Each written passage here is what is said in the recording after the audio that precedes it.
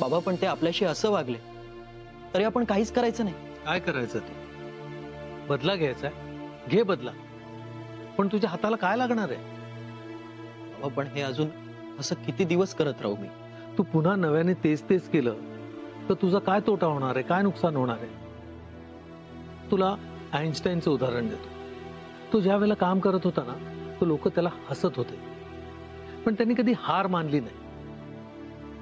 अरे त्यांनी जर हार मानली असती ना तर आपण एवढ्या मोठ्या सिद्धांताला मुकलो असतो. त्यांनी त्याचा अभ्यास केला, ते हारले, पुन्हा उभे राहिले, पुन्हा हारले, पण शेवटी विजय त्यांचाच झाला. त्याचं कारण माहितीये? कारण त्यांनी हार कधी मानली नाही. आणि एक गोष्ट लक्षात ठेव, मोठा बिझनेसमॅन तोच होतो जो समोर आलेल्या कठीण परिस्थितीला कॉन्फिडेंटली टॅकल करतो. पण तू हो पुढे, मी आहे तुझ्यासोबत.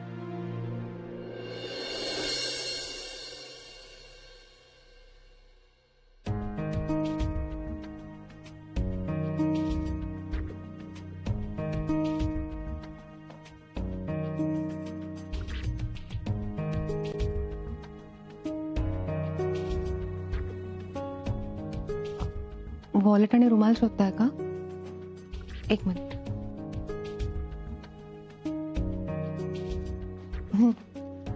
मगाशीच काढून ठेवलेला.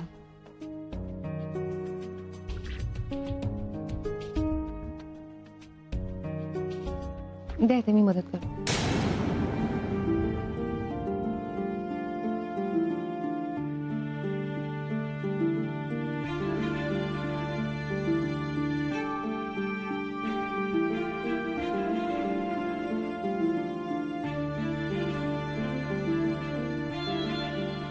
कॉफी.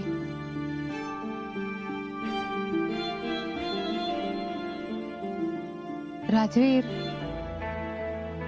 का असं करताय राजवीर?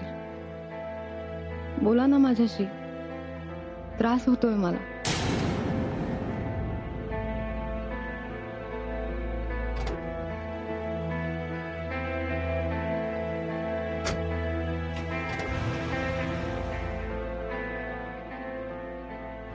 मला माहितीये तुम्ही नाही नाही म्हणत असताना मी माहेरी गेले, याचा राग आलाय तुम्हाला. I am sorry. मी खरं सांगते, आपल्यात वाद होऊ नयेत म्हणून मी गेले. मी जे काही केलं ते सगळं आपल्यासाठीच केलंय. प्लीज नका ना चिडू माझ्यावर, प्लीज. मनवा, तुम्ही जाऊ नका हे मी सांगत असताना पण तुम्ही माहेरी निघून गेलात. तुम्ही चूक केलीत मनवा, त्यामुळे आता परिणाम तर भोगावेच लागतील तुम्हाला. मला माहिती आहे तुम्हाला त्रास होतोय या सगळ्याचा खूप, पण मला सुद्धा असाच त्रास झाला होता. एक मिनिट, तू निवृत्तीचा मुलगा ना? हो. विकास ना तुझं ना?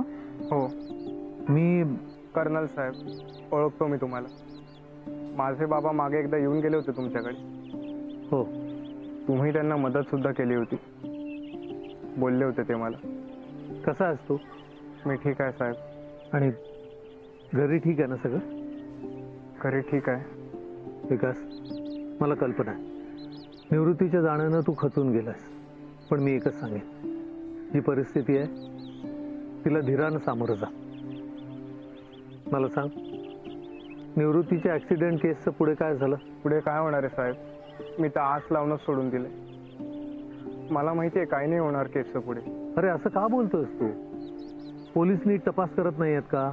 ते काय करणार? एका सर्वसामान्य शेतकऱ्याची किंमत इथे किड्या मुंग्यांसारखीच. तो जगला काय किंवा मेला काय सारखंच. कोणाला काय फरक पडतो? अरे असं बोलून कसं चालेल साहेब? म्हणूनच बोललो. मी माझ्या बाबांच्या केसचं काय होईल हा विचारच काढलाय मनातून. येतो मी.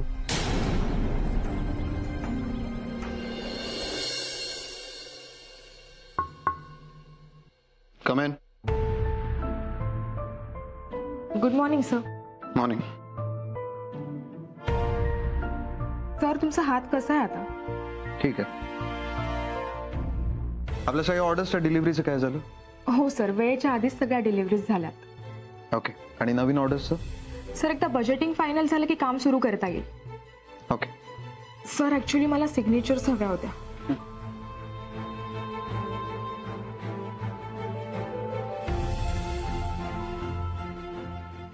हे डॉक्युमेंट्स काल क्लिअर व्हायला हवे होते, आज का आणलीस? सर आपल्या नवीन प्रोजेक्टचं डॉक्युमेंटेशन पण चालू आहे, त्यामुळे थोडं लेट झालं. मला कारण नको आहेत. सगळी कामं वेळेच्या वेळी पूर्ण झाली पाहिजे, तसं आपल्या कंपनीचं रेप्युटेशन आहे. आता करतोय साईन, नेक्स्ट टाइम फेकून देईन file. Sorry sir.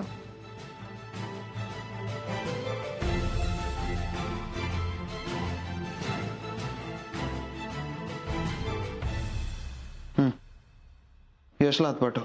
Okay sir.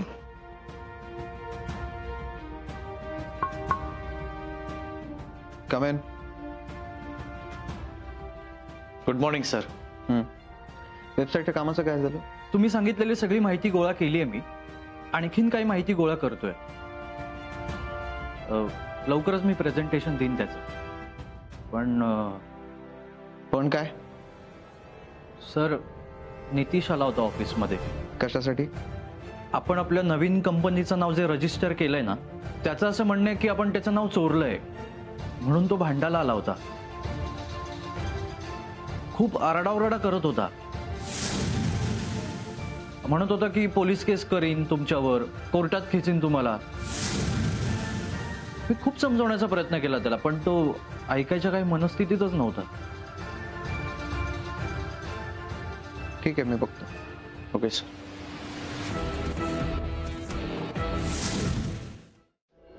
Aarti, Aarti. आले. द्या मी घेते. तुम्ही बसा, मी पाणी आणते तुमच्यासाठी.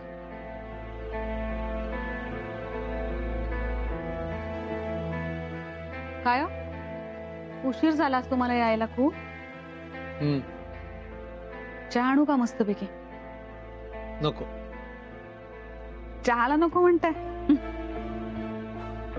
काय हो, काय विचारते मी?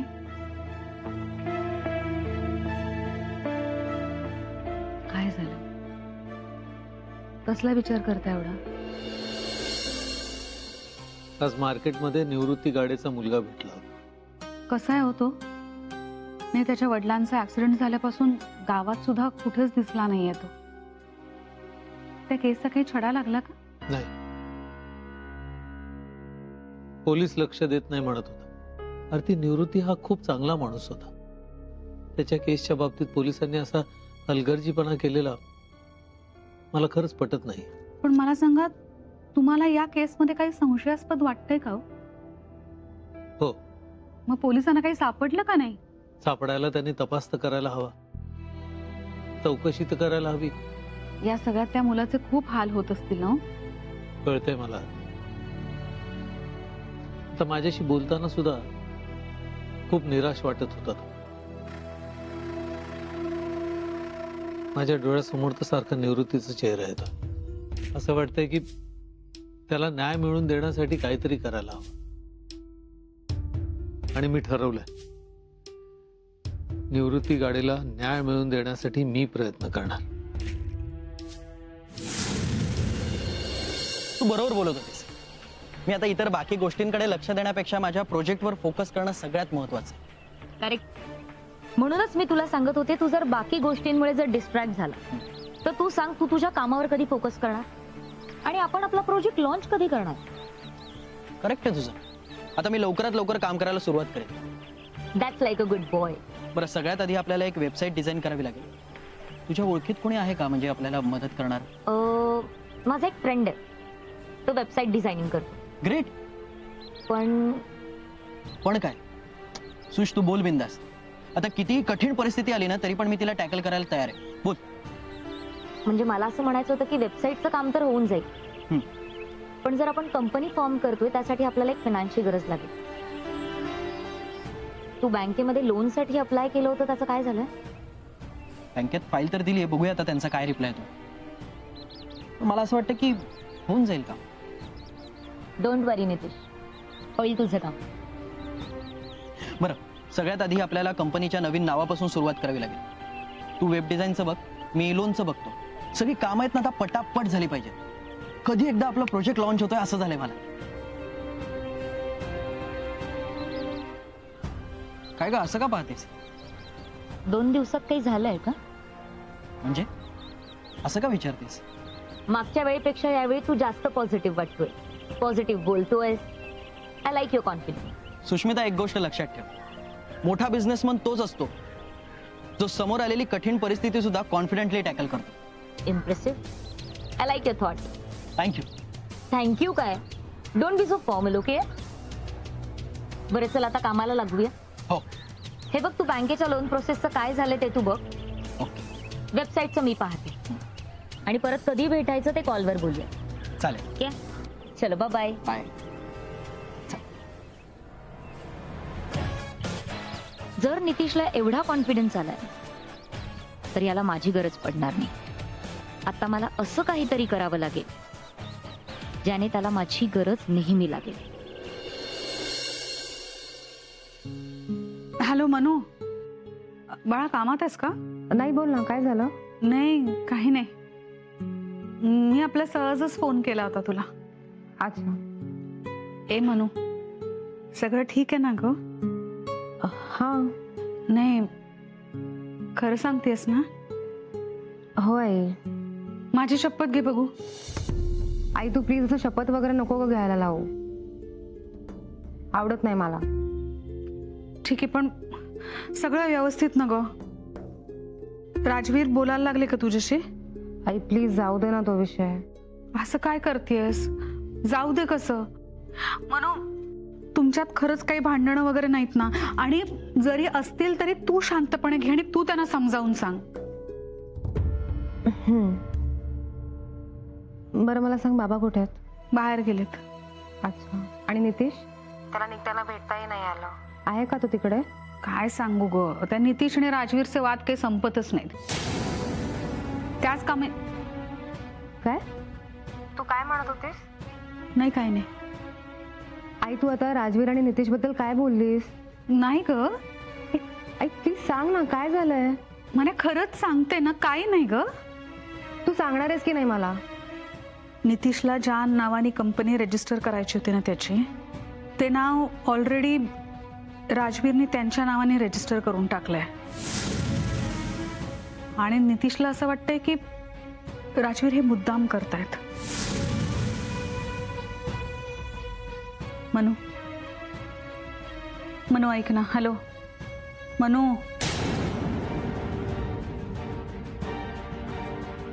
मन्या. हॅलो मनू, ऐक ना.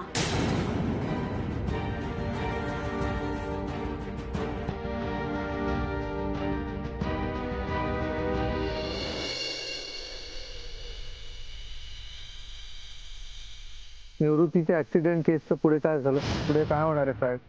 मी तर आस लावूनच सोडून दिले. एका सर्वसामान्य शेतकऱ्याची किंमत इथे किड्या मुंग्यांसारखीच. तो जगला काय किंवा मेला काय?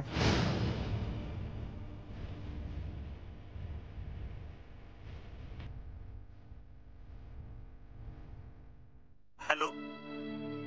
नमस्कार कमिशनर साहेब, मी नायगावरनं कर्नल अजय सावंतराव बोलतोय.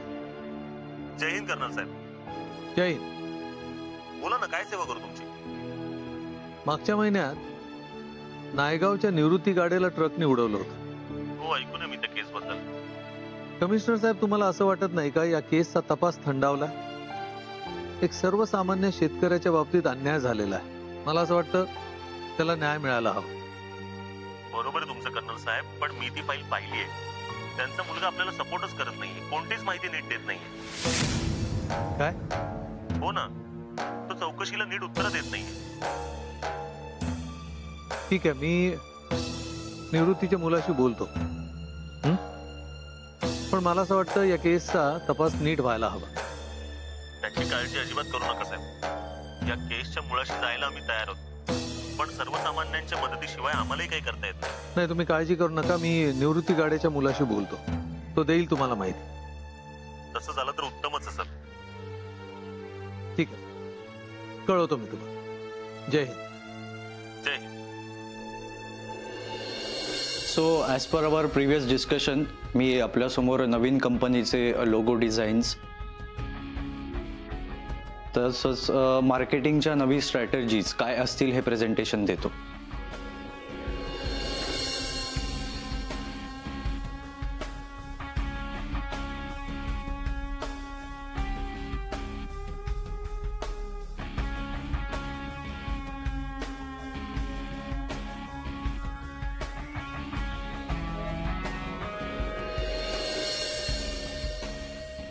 That's all. थँक्यू. झालं? हो. कसं वाटलं सर माझं प्रेझेंटेशन? या अशा मार्केटिंगवर आपली कंपनी सोड साधं रेडीमेड कपड्यांचं दुकान सुद्धा नीट नाही चालणार. काय चाललंय? मी तुम्हाला काय काम सांगितलं होतं, तुम्ही काय करताय? मी स्पेसिफिकली सांगितलं होतं मला रुरल सर्वे हवाय, अर्बन नको. मग कधी करणार आहात तो? की मीच जाऊन करू सगळं? एक गोष्ट नीट जमत नाही यश तुला, आणि मी तुम्हाला सगळ्यांना शेवटचं सांगतोय, हे प्रोजेक्ट तुमच्यासाठी महत्वाचं नसेल पण माझ्यासाठी आहे. सो या प्रोजेक्ट कडे बघण्याचा इतका कॅज्युअल अप्रोच जर असणार असेल तुमचा तर मला सांगा, मी दुसऱ्या कोणाला तरी सांगतो.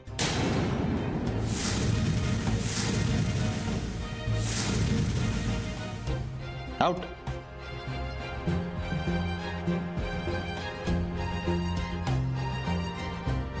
सॉरी.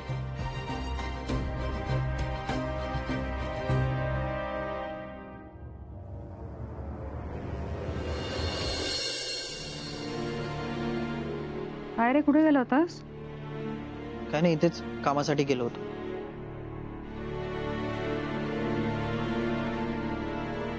नितीश, सगळं ठीक आहे ना रे बाबा? हो. नक्की? तुला भूक लागली? काय खायला देऊ? नाही नको, मी बाहेरून खाऊन आलोय.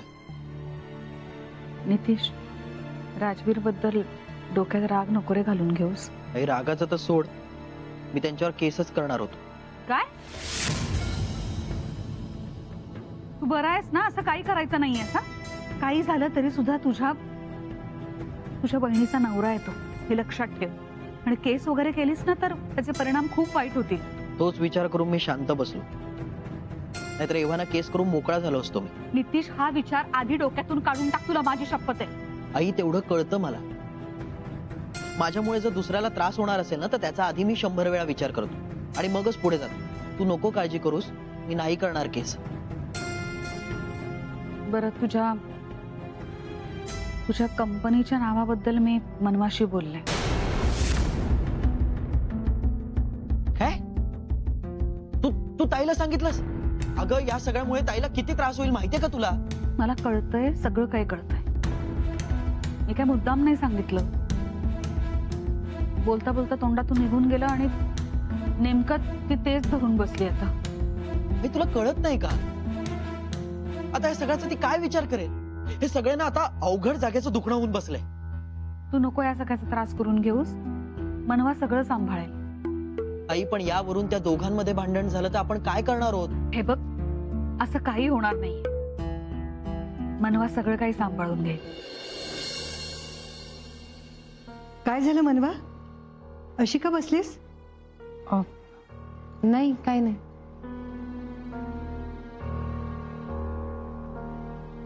नक्की? हो.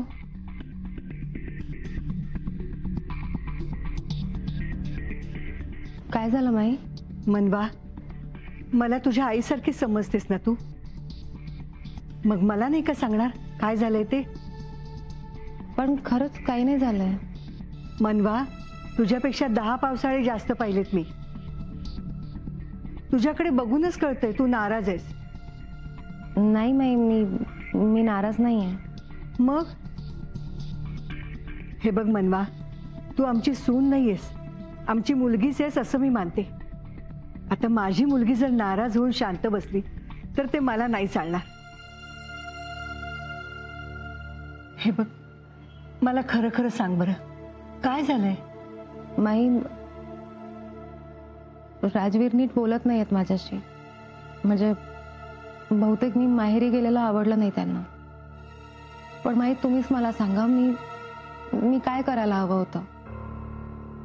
चॅरिटी शोच्या बाबतीत जे काही झालं ते खरंच मला नाही पटलं. म्हणजे राजवीर तिथे येण्याबद्दल मला काहीच म्हणायचं नाहीये, पण त्यांनी ऍटलिस्ट तुम्हाला सगळ्यांना सांगायला हवं होतं ना. तुम्हा सगळ्यांची यायची इच्छा होती. तुम्हाला न सांगता हे सगळं करण्याचं काय कारण होतं? नाही, मला माहितीये त्यांचं माझ्यावरती खूप प्रेम आहे, पण हे असं सगळं व्हायला नको होतं. माई तुम्हीच मला सांगा, माझं कुठे चुकलंय का? हे बघ मनवा, तू स्वतःला दोष नको देऊस. माई कसा दोष नको देऊ स्वतःला? ते रागवलेत माझ्यावर. मला माहिती आहे त्यांना नाही आवडले मी माहेरी गेलेलं. अगं माहेरी तू माझ्या सांगण्यावरनं गेली होतीस, स्वतःच्या मनाने नव्हती गेलीस. हे बघ मनवा, काळजी करू नको, सगळं ठीक होईल. राजवीरचा राग होईल शांत. तू त्याची बायको आहेस. त्याचे रुसवे फुगवे कसे ठीक करायचे हे सगळं तुला करता आलं पाहिजे. हे बघ, त्याच्याशी पुन्हा एकदा शांतपणे बोलायचा प्रयत्न कर. बघ, सगळं ठीक होईल.